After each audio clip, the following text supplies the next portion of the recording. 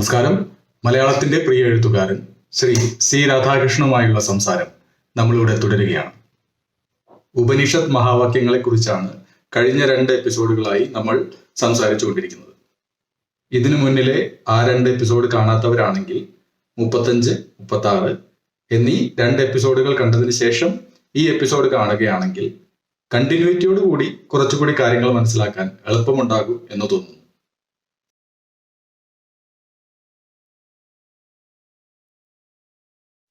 ഉപനിഷത്ത് മഹാവാക്യങ്ങളെ കുറിച്ച് ഗുരുവിന്റെ നിർദ്ദേശവാക്യമായ തത്വമസി എന്ന ആദ്യത്തെ വാക്യത്തെക്കുറിച്ചും അതിനെ തുടർന്നുള്ള തിരിച്ചറിവിന്റെ വാക്യമായ അഹം ബ്രഹ്മാസ്മി എന്ന വാക്യത്തെക്കുറിച്ചും കഴിഞ്ഞ 2 എപ്പിസോഡുകളിൽ നമ്മൾ വിശദമായി സംസാരിച്ചു. ഈ എപ്പിസോഡിൽ 3ാമത്തെ മഹാവാക്യമായ അയം ആത്മാ ബ്രഹ്മ എന്നതിലേക്ക് നമുക്ക് പോകാം. അഥർവവേദത്തിലെ മാണ്ഡൂക്യ ഉപനിഷത്തിൽ നിന്നാണ് 3ാമത്തെ മഹാവാക്യം അയം ആത്മാ ബ്രഹ്മ.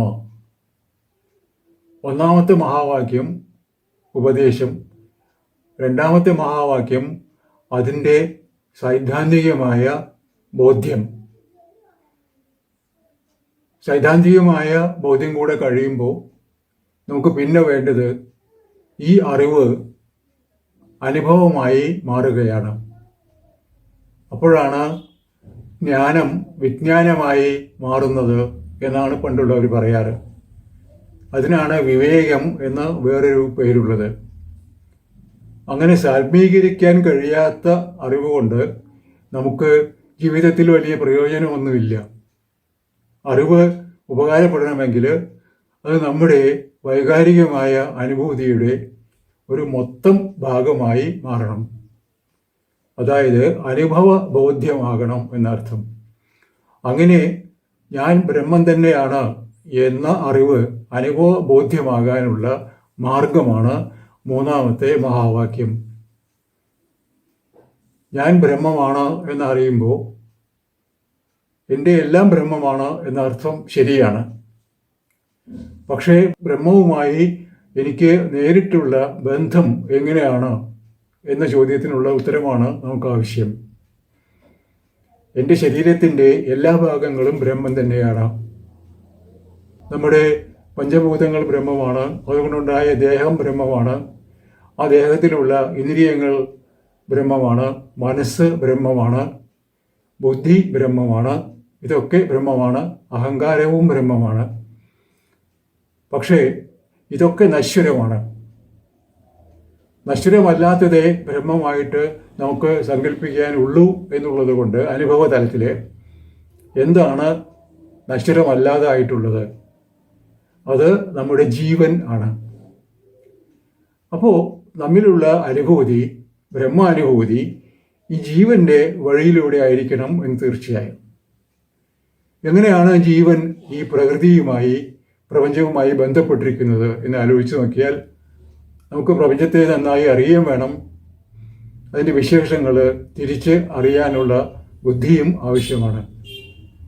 പ്രപഞ്ചം ഒരു വലിയ വികാസത്തിൻ്റെ ഭാഗമാണ്, ആന്തോളനത്തിൻ്റെ സ്പന്ദനത്തിൻ്റെ ഭാഗമാണ് എന്നറിയുമ്പോൾ അതിൻ്റെ ആദി ഊർജം പരമ്പൊരുളായിട്ടും അങ്ങനെ സ്പന്ദം കൊണ്ടുണ്ടാകുന്ന മാധ്യമം 2ാമത്തെ അതിൻ്റെ ഭാവാന്തരമായിട്ടും അങ്ങനെ ആ മാധ്യമത്തിലുണ്ടാകുന്ന ജീവപ്രകൃതി 3ാമത്തെ ഒരു സ്ഥിതിയായിട്ടും ഒക്കെയാണ് സങ്കല്പം.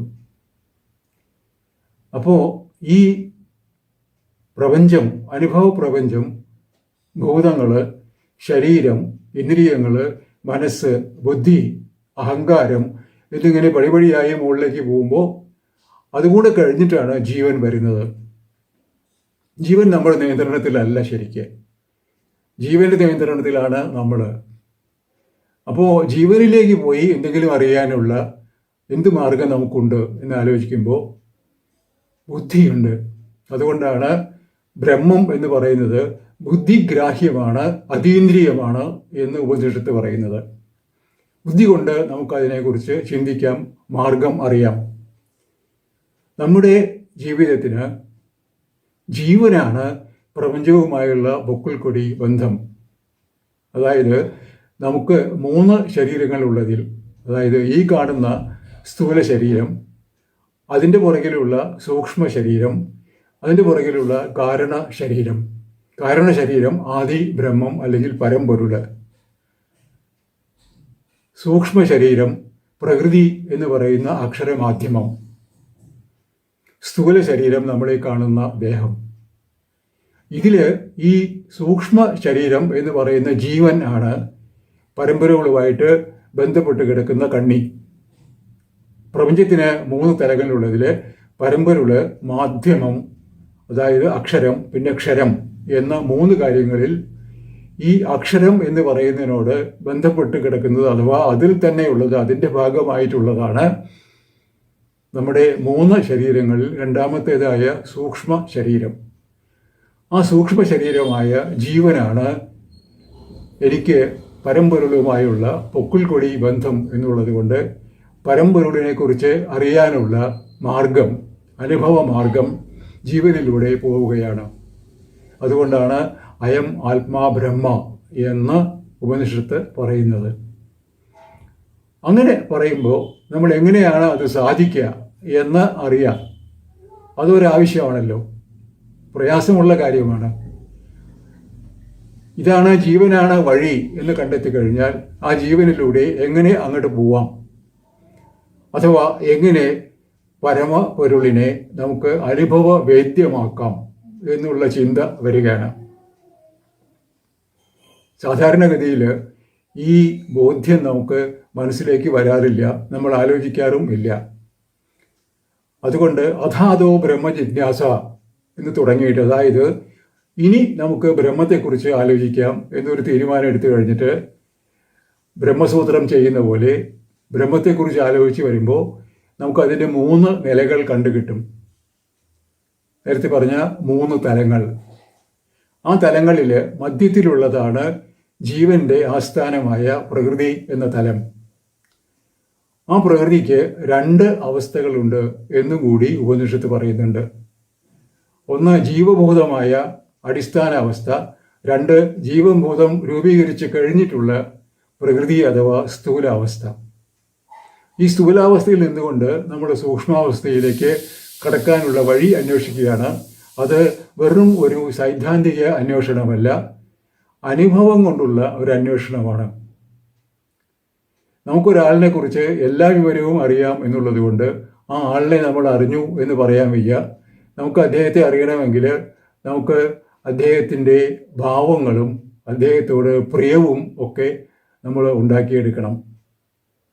അദ്ദേഹം എന്താണ് മനസ്സിൽ കരുതുന്നത് എന്നറിയാനുള്ള അന്വേഷണവും, അദ്ദേഹം എന്ത് കരുതിയാലും അദ്ദേഹത്തെ നമുക്ക് ഇഷ്ടമാണ് എന്നൊരു വിധിയും മുൻവിധിയും ഒക്കെ ഇതിന് ആവശ്യമാണ്. അതിനെയാണ് പണ്ടുള്ളവർ ഭക്തി എന്ന് പറഞ്ഞത്. ഭക്തി എന്ന വാക്കിന് ചേർന്ന് നിൽക്കാനുള്ള പ്രേമം എന്നാണ് അർത്ഥം. പ്രിയം എന്ന് തന്നെയാണ് അർത്ഥം. അങ്ങനെ ചേർന്ന് നിൽക്കുമ്പോഴേ നമുക്ക് ആളെ അറിയാൻ പറ്റുള്ളൂ. കണ്ടതുകൊണ്ടായില്ല, കൊണ്ടാലേ അറിയൂ എന്ന് പണ്ടുള്ളവർ പറയും. നോക്കി കണ്ടത് കൊണ്ടായില്ല, അദ്ദേഹത്തിൻ്റെ ചിത്രം കണ്ടത് കൊണ്ടായില്ല, അദ്ദേഹം പറയുന്നത് വെറുതെ കേട്ടത് കൊണ്ടായില്ല, അദ്ദേഹത്തിൻ്റെ പിന്നാലെ നടന്നത് കൊണ്ടായില്ല. അദ്ദേഹത്തിൻ്റെ ഭാവങ്ങളിലേക്ക് നമ്മൾ കടക്കണം. അങ്ങനെ അദ്ദേഹത്തിൻ്റെ ഉള്ളിലേക്ക് കടക്കാൻ നമുക്ക് കഴിവ് ഉണ്ടാകണമെങ്കിൽ ഒരു ചെറിയ കാര്യം വേണം. അതെന്താണെന്ന് വെച്ചാൽ, നമ്മുടെ അഹങ്കാരത്തോട് നമ്മൾ അല്പം അടങ്ങിയിരിക്കാൻ പറയണം. ഞാൻ എന്ന ബോധം, അത് നമുക്ക് എന്ത് കാര്യവും ചെയ്യാനോ അറിയാനോ ഉള്ള പ്രേരണയാണ്.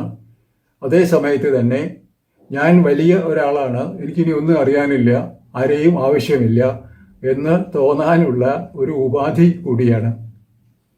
അതുകൊണ്ട് എനിക്ക് ആളെ അറിയാനുണ്ട്, തോന്നാനുണ്ട് എന്ന ഉപാധി ഉണ്ടാക്കി എടുക്കാനായിട്ട് അഹങ്കാരം എന്ന ഈ ഒരു കാര്യത്തെ ഒരല്പം മയപ്പെടുത്താനും രൂപപ്പെടുത്താനും നമുക്ക് കഴിയേണ്ടതുണ്ട്.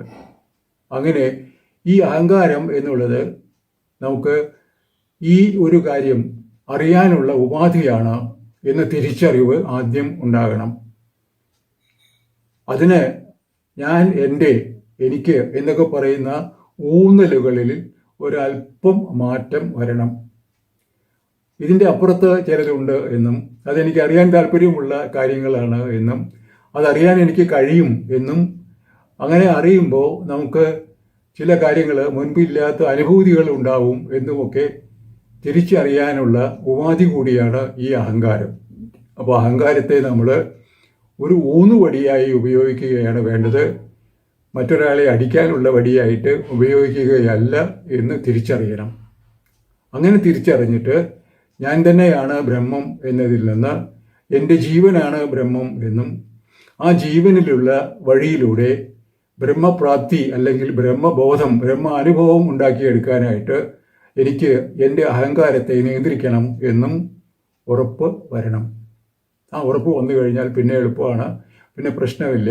നമുക്ക് നേരെ 4-ാമത്തെ മഹാവാക്യത്തിലേക്ക് പ്രവേശിക്കാം. 4-ാമത്തെ മഹാവാക്യം ഇത് സാധിക്കാനുള്ള മാർഗമാണ്, ധ്യാനത്തിൻ്റെ വഴിയാണ്. ആ ധ്യാനത്തിൻ്റെ വഴിയിലേക്ക് നമ്മൾ പോകുമ്പോൾ നമുക്ക് അത്യാവശ്യമുള്ള മുന്നൊരുക്കമാണ് ഈ 3-ാമത്തെ മഹാവാക്യം നമുക്ക് തരുന്നത്. അതായത് ജീവനെ അറിയുക, ജീവനിൽ കടക്കാനുള്ള മാർഗം അന്വേഷിച്ച് കണ്ടുപിടിക്കുക, അഹന്തയെ ഒതുക്കി നിർത്തുക, തൻകാര്യം മുൻകാര്യമല്ല എന്ന് തീരുമാനിക്കുക, ഒരു വലിയ കാര്യം നമുക്ക് നേടാനുണ്ട് എന്ന് നിശ്ചയിക്കുക, ആ നേടാനുള്ള കാര്യത്തെക്കുറിച്ച് നമുക്കല്പം പ്രേമവും ഉണ്ടാക്കിയെടുക്കുക. ഇത്രയും ഉണ്ടാക്കി കഴിഞ്ഞാൽ നമ്മൾ 4-ാമത്തെ മഹാവാക്യത്തിലേക്ക് പോവും, പ്രജ്ഞാനം ബ്രഹ്മ എന്ന മഹാവാക്യത്തിലേക്ക്. ആ മഹാവാക്യം ശരിക്ക് ധ്യാനത്തിലൂടെ നമുക്ക് പരമ്പൊരുളിനെ കാണിച്ചു തരാനുള്ള മഹാവാക്യമാണ്. ഈശ്വരൻ എവിടെയാണ്, എന്താണ്, എങ്ങനെയാണ് എന്ന അന്വേഷണത്തിൽ നിന്നാണല്ലോ തുടങ്ങുന്നത് ശ്വേതകേതു. ഈശ്വരൻ ഇന്നതാണ്, ഈശ്വരൻ ഇന്നയിടത്താണ്, ഈശ്വരനിലേക്ക് പോകാനുള്ള വഴി ഇന്നതാണ് എന്ന് പറഞ്ഞു തന്നു കഴിഞ്ഞാൽ പിന്നെ എങ്ങനെയാണ് പോവുക, എന്തൊക്കെയാണ് വഴിയിലെ തടസ്സങ്ങൾ, എങ്ങനെയാണ് അതിനേക്ക് മറികടക്കുക എന്നൊക്കെയുള്ള ചിന്ത നമുക്ക് തുടർന്ന് കിട്ടുകയും അതിനുള്ള പോംവഴികൾ നമ്മൾ കണ്ടുപിടിക്കുകയും ചെയ്യും. അതായത് പണ്ടുള്ളവരെ കണ്ടുപിടിച്ച് വെച്ചിട്ടുണ്ട്. അങ്ങനെയാണ് നമ്മൾ 4-ാമത്തെ മഹാവാക്യത്തിലേക്ക് പോവുക, പ്രജ്ഞാനം ബ്രഹ്മ. അത് നമുക്ക് ഇനി ഒരു അവസരത്തിൽ ആലോചിച്ച് കാര്യങ്ങൾ തീരുമാനിക്കാം.